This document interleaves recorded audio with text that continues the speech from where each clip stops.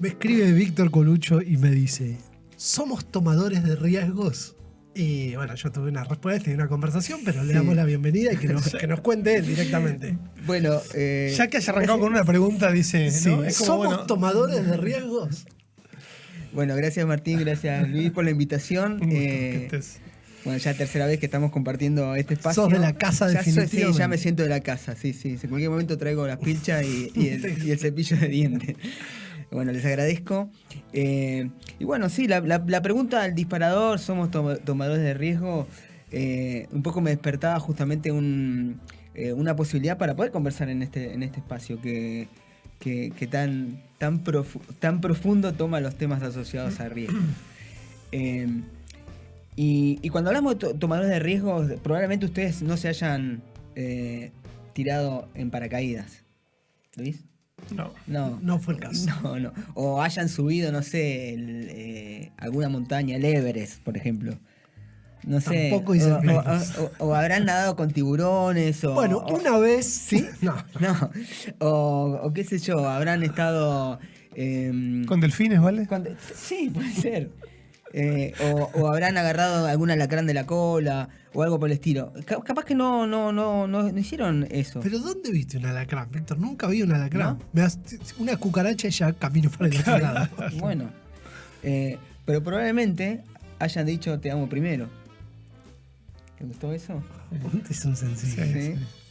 O, Un nivel de riesgo. Como riesgo. Importante. Sí, está ¿Cuál bien. es el riesgo asociado a eso? Que seas rechazado, Claro. ¿no? O habrán ido a comer alguna hamburguesa, un choripán, algún puesto de la calle, Claro. o alguna otra comida, arriesgándose justamente a algún tipo de intoxicación. O habrán mandado un WhatsApp enojados, o algún mail enojados, con riesgo justamente de recibir, por ejemplo en el trabajo, algún despido o alguna sanción. La pregunta o el disparador inicial, ¿somos tomadores de riesgos? Y pensando un poco en somos tomadores de riesgos, ¿y cuán funcional somos a vivir sin o con tomando riesgos? Ujú. Y en función de esto, me trae una película, no sé si la vieron, que se llama Mi novia Polly, en donde trabaja Ben Stiller y Jennifer Aniston, en donde él es analista de riesgos. ¿Se acuerdan de eso? Una pesadilla. Lo recordé cuando nos hiciste un comentario. Sí, tengo como la sensación de alguien que cruzaba toda su vida por una matriz de riesgos. Claro, entonces él... y además que venía de una situación amorosa complicada, entonces él, para poder avanzar con Polly, con su novia Polly, pasaba justamente todas todos los hipótesis de riesgo para ver si finalmente podía ser novia de Polly. Y eso lo trababa, no le permitía avanzar. Entonces, ¿cuán funcional somos a no tomar riesgos? ¿Podemos vivir sin tomar riesgos? Y justamente esto tiene que ver con las decisiones. Porque finalmente el riesgo viene, si quieren, en la anterior a una decisión. Yo tomo una decisión y avanzo y tomo un riesgo. O no.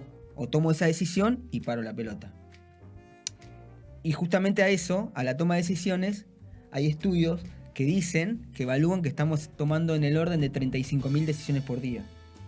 Un montón. El número es como una locura, ¿no? Es impactante el número, 35.000 decisiones. De hecho, me digo porque te lo cuestionas, 35.000 momentos en el que tomo una decisión. Claro. Y esas 35.000 decisiones, la gran mayoría de ellas las tomamos en forma automática. Entonces, pensando en estas 35.000 decisiones, si solamente el 1% de esas decisiones tienen algún nivel de riesgo asociado, estamos hablando de 350 decisiones por día, a la cual esas decisiones implican una exposición al riesgo, por lo cual estamos expuestos a riesgo. ¿Cuántas por hora son? ¿Está la cuenta? Estamos en el orden de las 21 decisiones por hora, siempre pensando en el 1%. Y además, si quieren, también asociado a esto, que el 95% de las decisiones son en forma automática, que son tomadas, si quieren, de forma rutinaria, que no tiene un análisis profundo, fíjese cuán expuestos estamos, cómo tomamos riesgos en el día a día, ¿no? O sea, No, sin saberlo, una ¿no? conclusión No. de base que tiene el estudio es que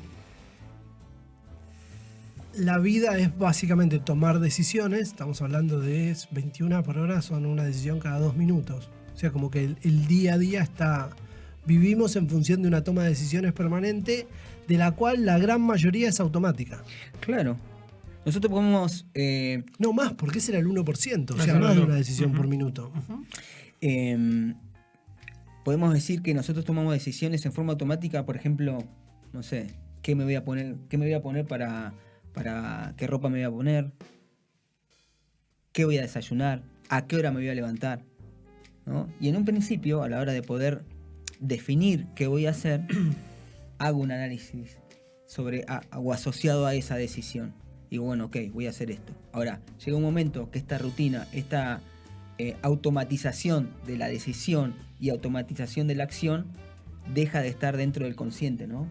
Pasa a trabajar en forma automática. Entonces, yendo en este sentido, que a la hora de tomar decisiones conscientes o inconscientes, ¿por qué elegimos riesgos, no? ¿Por qué elegimos el riesgo? ¿Qué es lo que nos lleva a tomar? Claro. ¿Cuáles son los motivadores que llevan a que nosotros, ante esa decisión, finalmente quedamos expuestos al riesgo? Probablemente la vida, me imaginaba si este ejercicio que hacemos a veces, si hubiese un personaje que se llama La Vida sentado en la mesa, diría, Sí. mirá, medio que, tipo, dedicate a otra cosa si no querés asumir riesgos. Claro. Y en ese sentido es como, también como nos ayuda a distinguir, bueno, en qué contextos, ¿no? A ver, hay cosas que no podemos dejar de hacer sino para no quedar paralizados, ¿no? Eso es como claro. Pero habrá contextos en los que, como tenemos la capacidad de pensar y de construir conocimiento, diremos, mira, esto lo asumo, esto no. Pero de alguna manera siempre esto del riesgo calculado, asumir riesgos los asumimos con cierto cálculo para que no nos pasen ciertas cosas, porque si no es medio como una locura, ¿no? Esto que contaba Claro. de mi novia Poli. Perdón, Sí. no, dale vos. No, dale. No, que también si sentamos a ese personaje, me encantó. La life acá. Sí, si sentamos a ese personaje que No, es la mira, vida sí. acá, también ese personaje te dice, mirá que al igual el 95% de las decisiones las voy a tomar yo. Claro. Vas a vivir como en este estado de toma de decisiones mecánico en forma permanente, lo cual se hace como muy impresionante. Ujú. ¿No? Porque hacía un cálculo, no sé bien cómo será, viste que estos estudios siempre tienen como alguna maña para llegar a esos números, pero bueno, la mitad del día, o sea, un tercio del día estás durmiendo además, Claro.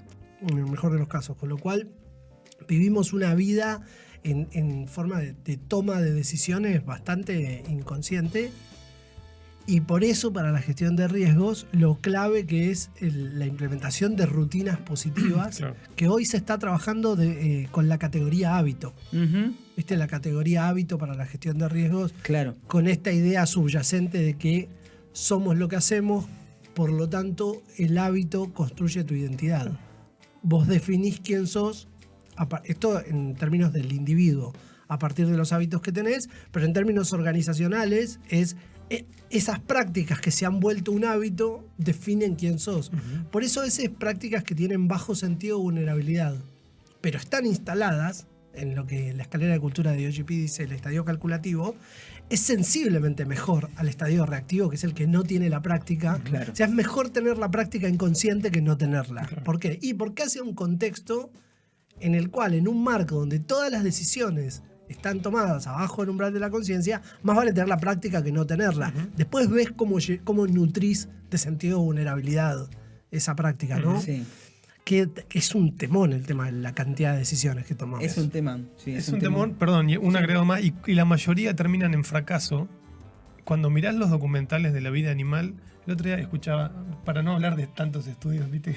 Hay un estudio que dice, bueno, los documentales dicen que un animal cuando sale a cazar fracasa 8 de cada 10 veces. Decís, no, tipo, debería estar deprimido. Y en sí, pero con la consiguiente dificultad para los animales, que a los animales aprenden distinto que nosotros, pero no pueden proyectar. Y aunque sepan que fracasan 8 de cada 10, van con la mejor Sí. actitud a cazar, Claro. porque tienen el motivador biológico del hambre, ¿no? Que Claro. es medio inconsciente, y ahí la vida decide, dice, mirá, tenés que salir a comer, sabiendo que vas a fracasar 8 de cada 10, que es como una enormidad. Es altísimo. Claro. Sí, sí. Sí. Acá traigo una distinción asociada a esto que estoy pensando en función de lo que decís, Luis. O sea, sabiendo que van a fracasar. O sea, Bueno, claro. no tengo claro si Sí lo realmente sabe sí que lo van a sabe. fracasar. No, claramente no. No lo saben. Sí, No. sí. No lo saben como nosotros lo sabríamos. Exactamente, ¿no? Claro. Y creo que también ese es un disparador asociado a la hora de tomar decisiones y avanzar o no avanzar hacia justamente. Bueno, básicamente los animales no tienen como el espectro de la conciencia, lo que se mueven como en esas inteligencias grupales, como la migración de las aves, Claro. los periodos de celos, Sí, etc. tal cual. Pero no le prestes atención, igual, no te preocupes. No, volviendo un poco al tema de las tomas de decisiones humanas, en este caso, Luis. Humana, sí. Corte, Te aclaramos por favor, la corte. Viste, vos traes conocimiento y tenés que soportar Tengo que esto, soportar que me Eso- restrinjan. Eso te pasa por leer. No te puedo creer. Dale. Y volviendo un poco a esta toma de decisiones conscientes e inconscientes y el tomar riesgos, asumir riesgos, o en función de la decisión que tomo o dejo de tomar, estoy expuesto a un riesgo. Entonces me gustaría compartir con ustedes el caso del Titanic. Bien. Que seguramente ya lo conocen. Es Ahora, un gran caso de toma de decisiones en función de riesgos. Es- O falta de toma de decisiones Claro, en función claro. de riesgos. Sí, es un gran caso para poder revisar y evaluar toma de decisiones, ya sea en la previa de cuando zarpa el barco y también durante Lo que ocurre en... Ujú. la situación de emergencia y bueno, y los momentos anteriores a que esto se desarrolle, ¿no?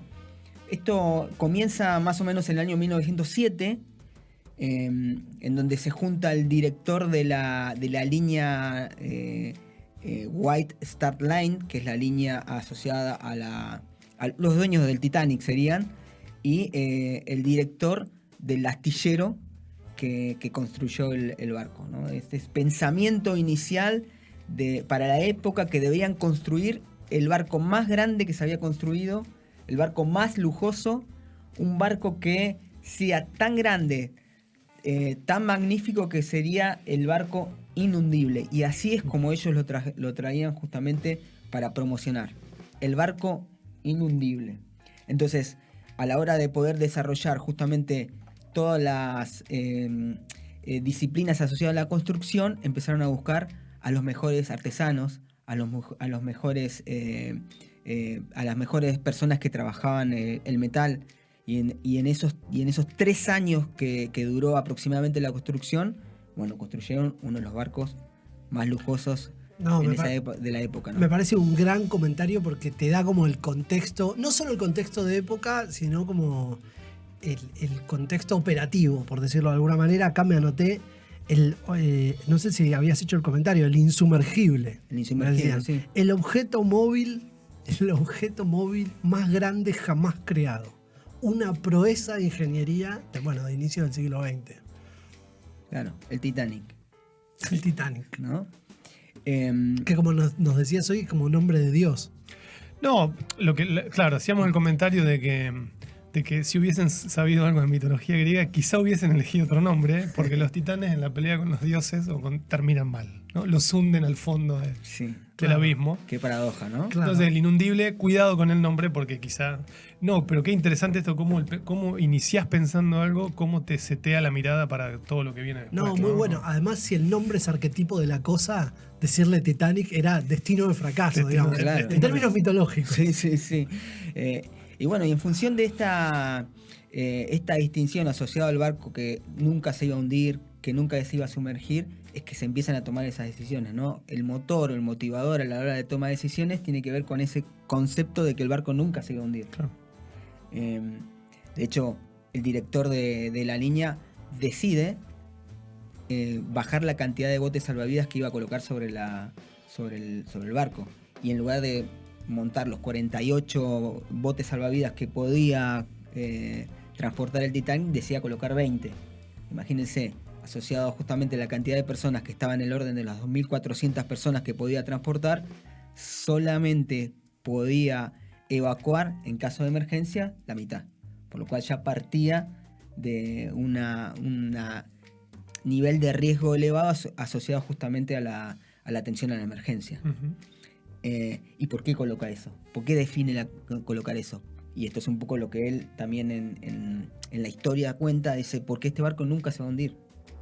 Y colocar barcos y colocar botes salvavidas sobre el Titanic iba a hacer que la gente tenga una percepción equivocada asociada justamente a ese disparador del barco inundible. Fíjate qué interesante, digamos, cómo las narrativas individuales se construyen en función de la narrativa colectiva, ¿no? Siempre nuestra narrativa individual responde a una narrativa más grande que es la colectiva. Eso del inundible o la proeza de ingeniería es la narrativa organizacional alrededor del barco. Claro. Es una atmósfera operativa que hacía que todos los pensamientos y todas las decisiones giraran en torno a esa gran narrativa, Claro. que es... Porque nosotros, ¿qué decimos cuando hablamos de la narrativa personal? ¿Cuál es como un gran elemento de la personalidad? ¿No? Estoy como en el terreno de las personas. Ujú. Bueno, la soberbia. Claro. Si es cuando alguien es muy soberbio, ¿cuál es la contra de la soberbia? Que en general, ¿cómo se acumula la soberbia, no? O por inseguridad o por conocimiento. Te volvés más soberbio cuanto más conocimiento tenés. Claro. Lo que paradójicamente hace que pierdas sentido de vulnerabilidad. Claro. Ahora, las organizaciones no se ponen soberbias porque esa es una característica Sí, como de la sí, persona. moral, claro. En términos de gestión de riesgo, la soberbia organizacional puede ser leída como falta de sentido de vulnerabilidad. Ujú. Claro. Total. Que es, o no tenés el dispositivo que te permita ver el riesgo, por eso son tan importantes tener como los dispositivos adecuados, porque Claro. el dispositivo lo que te hace es mostrarte el riesgo en formato de barrera, digamos. O tenés, no tenés el dispositivo o no tenés la habilidad, que es lo que pasa muchas veces, tipo, no ves el riesgo porque no tenés el conocimiento técnico. Ujú. Ujú. Entonces, eso que en términos individuales podemos entenderlo como soberbia, en términos organizacionales le podemos decir como esta categoría tan clara, ¿no? Que es la falta de sentido de vulnerabilidad. Me parece buenísimo estas decisiones que enumerás, Claro. que te están mostrando un organismo complejo que no tiene sentido de vulnerabilidad. Perdón, y aparte la pregunta esta que nos conecta con sentido de vulnerabilidad, ¿qué puede salir mal? Me pongo ahora en la cabeza de estas personas pensando, bueno, pueden salir mal muchas cosas, pero no que se hunda, porque acabamos de definirlo como inundible, con lo cual Claro. mis acciones van a construir a partir de ahí, ¿no? Sí, el que puede salir mal en ese momento estaba asociado más a... Puede salir mal que no lleguemos a tiempo a Nueva York, puede salir mal que la gente que esté disfrutando de los lujos del barco no se sientan cómodos asociados justamente a bueno, los espacios disponibles dentro del barco. O sea, no estaba conceptualmente incorporado que el barco se podía hundir. Y en función de eso es que su análisis tiene que ver con empezar a bajar la cantidad de botes, por ejemplo. Claro. Bueno, hay otra categoría cultural que es defer to expertise, que es si vos estás tan convencido de que no te va a pasar nada, no involucrás a los expertos Claro. Ujú. en el entendimiento de los Claro. riesgos mayores en este caso. Sí. La categoría es defer to expertise. Cuando no sos capaz de transferir tus inquietudes para que entre Claro. el experto a analizar los riesgos, Sí. bueno, te perdés esa mirada Exactamente, justamente. claro. Bueno, otra de las decisiones que se tomó en ese momento fue asignarle la capitanía del barco a Smith. Era en ese momento un capitán ya próximo a retirarse, próximo a jubilarse. Pero bueno, él tenía muchísima experiencia y era reconocido por todo el jet set del momento, por todo la gente muy adinerada, y que eso entendía en este caso el director de la línea, que iba a atraer a las personas con mayor poder adquisitivo a participar del buque, ¿no?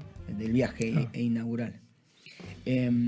Y él, con esta experiencia y justamente asociado, si quieren, a este concepto inicial que era el barco inundible, a la hora de empezar el trayecto, en el cual tenían planificado un simulacro en conjunto con la tripulación y todas las personas que iban siendo transportadas, él decide no hacerlo.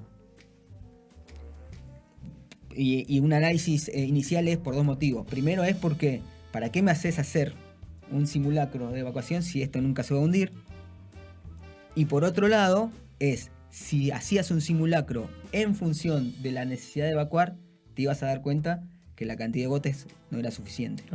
Claro. Entonces, otra vez ahí aparecen decisiones asociadas al motor inicial, que era el barco inundible. Claro. No, y enmarcadas en como, viste, en la industria de oil and gas se dice culturas orientadas al barril. Sí. O sea, la cultura orientada al barril hace que todos los mecanismos de toma de decisiones estén justamente orientados a obtener la mayor cantidad de barriles. Claro. Y todo lo que te puede detener o entorpecer ese proceso, bueno, dejado de lado. Acá era como una cultura orientada o al lujo o al confort o a cierta imagen. Ajá, al disfrute del lujo, ¿no? Y todo lo que podría atentar contra eso no era, bueno, por supuesto la mirada de gestión de riesgos y de sentido de vulnerabilidad en esas altas gerencias era bajísima. Sí.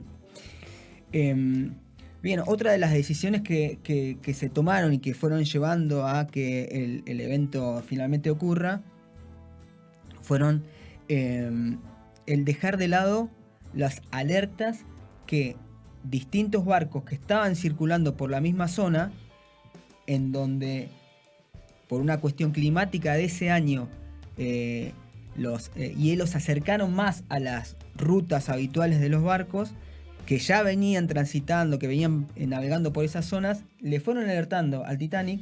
Sin embargo, en este caso, el capitán decide correr un poco la línea, pero seguir a toda máquina. Entonces, no hicieron caso sobre justamente la existencia de hielos en la ruta habitual de ese tipo de buques. Otra de las decisiones también que tiene que ver con esto no me va a pasar nada, yo decido, Claro, yo avanzo, ¿no? Además, si era tan poderosa la máquina, un Claro. pedazo de Y hielo. viste cómo ocurre en todos los accidentes, como que se juntan una serie de cuestiones. En este caso el clima era bueno, entonces no había oleaje, y vos con el oleaje podías ver mejor Ujú. a los témpanos de hielo. En este caso el mar estaba calmo, había poca luminosidad. Sí. Otra de las decisiones que se dieron, y en este caso tiene que ver con el capitán, él decide ceder el mando a su primera línea, se va a descansar, se va a dormir, y mandar a los vigiladores, a los vigías, que estaban sobre un lugar más alto donde podían ver con mayor posibilidad en caso de que ocurra algo, pero mandaron sin elementos adecuados, o sea, fueron sin, por ejemplo, binoculares. Claro. Entonces, a la hora de poder encontrar, en este caso, un iceberg con mayor tiempo y que le diera la posibilidad de virar o frenar o evacuar hacia otro lado, tampoco ocurrió, ¿no? De vuelta, esto todo tiene que ver con este concepto inicial, con este motor, con este motivador de que el barco no se iba a hundir. Es buenísimo el ejemplo. Sí, hay otro dato más de la toma de decisiones que deciden ir a velocidad máxima. Sí. Claro. O sea, A toda marcha era, sí. Claro, porque parte de un análisis de riesgos inicial inexistente, Claro. tapado por esta gran narrativa que es el inundible. No, es buenísimo para transmitirnos cómo una atmósfera cultural invade o ciega. Porque Absolutamente. no creo que esas personas no tuvieran ni la experiencia ni la capacidad de tomar mejores decisiones en función de riesgos, pero cegado por una cultura orientada al lujo, al confort del pasajero y a demostrar el poderío de la máquina, Claro. tapó todo. Entonces que es como una cadena de malas decisiones. Claro, va por ahí, ¿no? El hecho de poder cumplir con su objetivo, ¿no? Ese objetivo inicial que tenía que ver con llegar a tiempo, de darle confort a los que iban siendo transportados, en que tengan la posibilidad de generar un récord, y un poco ese también el concepto que estaba inmerso en esa época con respecto a este barco, ¿no? Esto que vos dijiste, el barco jamás construido. Sí, como es la máquina, El objeto móvil. el objeto móvil más grande jamás creado. Claro. Nunca lo había pensado, si bien había leído un par de veces el caso del Titanic, nunca había pensado con tanta claridad que la cultura que habría que definirla, ¿no? Creo que se puede encontrar como un nombre, esta cultura orientada al confort o cultura, así como decíamos, culturas orientadas al barril, esta tenía como otros condimentos, ¿no? Marketing, intereses comerciales, etcétera.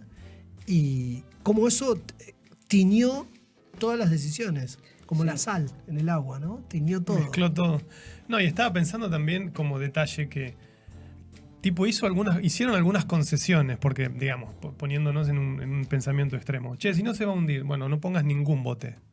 Claro. O ni suban al puente a ver, porque no pasa nada. Que puede venir un maremoto y seguimos. Pero había algunas concesiones porque se ve que algunas medidas de seguridad existían en la industria. Bueno, pero qué extraño, qué irracional podemos llegar a ser. Bueno, ponemos la mitad de los botes, para que haya unos botes. Este tema es súper interesante porque a mí me llamó también un poco la atención esto. ¿Por qué pusieron la mitad de los botes? Es como una concesión, ¿no? Claro, ¿por qué pusieron la mitad? Porque la ley en ese momento avalaba a que vos puedas colocar la cantidad de botes, la mitad del pasaje. Entonces, claro, a la hora de poder definir, eso tenía que ver con un cumplimiento. Con un cumplimiento del requisito legal, pero bueno. En términos de la escalera de cultura de BioGP, es el estadio patológico. Claro. Cumplís únicamente con lo que la ley te pide. Claro. Y un comentario que hacíamos antes también, en términos de esa escalera de cultura, tener este tipo de dispositivos, por mínimos que sean, que es lo que sería el estadio calculativo, este estadio que está definido por tenemos las herramientas, pero la herramienta no aporta al sistema todo el valor de prevención para el que fueron creados. Bueno, no importa, tener el dispositivo, aunque ese dispositivo no sea una práctica consolidada, siempre es mejor que no tenerlo. En función a esto que contaba Víctor inicialmente, que es la mayoría de nuestras decisiones son inconscientes, entonces bueno, generemos rutinas sobre las cuales se pueda montar la inconsciencia. Entendiendo que esto no aumenta el sentido de vulnerabilidad, no aumenta el alerta momentáneo, pero sí el sentido de vulnerabilidad organizacional en el mediano plazo, digamos, ¿no? Tener un dispositivo siempre es mejor que no tenerlo, y en este caso, bueno, tienes el cumplimiento legal mínimo. No, genial la distinción sobre dispositivo sobre el que se monta la inconsciencia, porque es como medio así, ¿no? Y además como estructuralmente prefiero que pasen por acá, ¿no? Porque podés trabajar sobre eso, sobre los dispositivos, pero que la inconsciencia y que oriente la práctica y termine alineando los valores, pero tiene que estar la práctica. Y probablemente no sabíamos ni cómo usarlos, esos botes salvavidas. Pero igual es mejor que estén a que no estén. De hecho, se salvaron 1000 y pico de personas, por creo, eso sobre las 2400 que había o 2200 pasajeros que había, se salvaron muchos. Total. Sí. Qué buen caso para encontrarle una categoría cultural más clara. A lo mejor hay algún paper escrito que ya ha definido cuál era la cultura del Titanic. Pero seguro que no era una cultura de toma de decisiones en función de alta vulnerabilidad, claro. Sí, cultura de alta vulnerabilidad. Y lujo, y confort. Sí. Bueno, nada, como para terminar y cerrar este concepto asociado a la toma de decisiones y la exposición al riesgo, y poder entender que cualquier decisión que tomemos nosotros trae aparejado un nivel de riesgo, y hacia dónde voy y a qué le tengo que dar importancia y sobre qué tengo que actuar. Tengo un par de frases que a mí me hacen mucho sentido, que tiene que ver asociado a que los riesgos que matan a las personas y los riesgos que alertan o que perciben las personas son distintos. El riesgo que produce la fatalidad es distinto al riesgo que te genera más alerta. Sí. Y solamente las personas, solamente nosotros le damos importancia y accionamos en función de aquellos que percibimos. Entonces, basado acá en esto si no hay una percepción adecuada del riesgo, mi decisión asociada a la toma de acción y la colocación de barreras difícilmente se produzca, ¿no? Extraordinario. Bueno, gracias, Víctor. Bueno, gracias. Muchas gracias. Un placer. Gracias, muy bueno. Gracias, Martín. Muy bueno. Nos quedamos pensando, de hecho. Sí, nos quedamos pensando porque es un tema para retomar también. Sí. Gracias.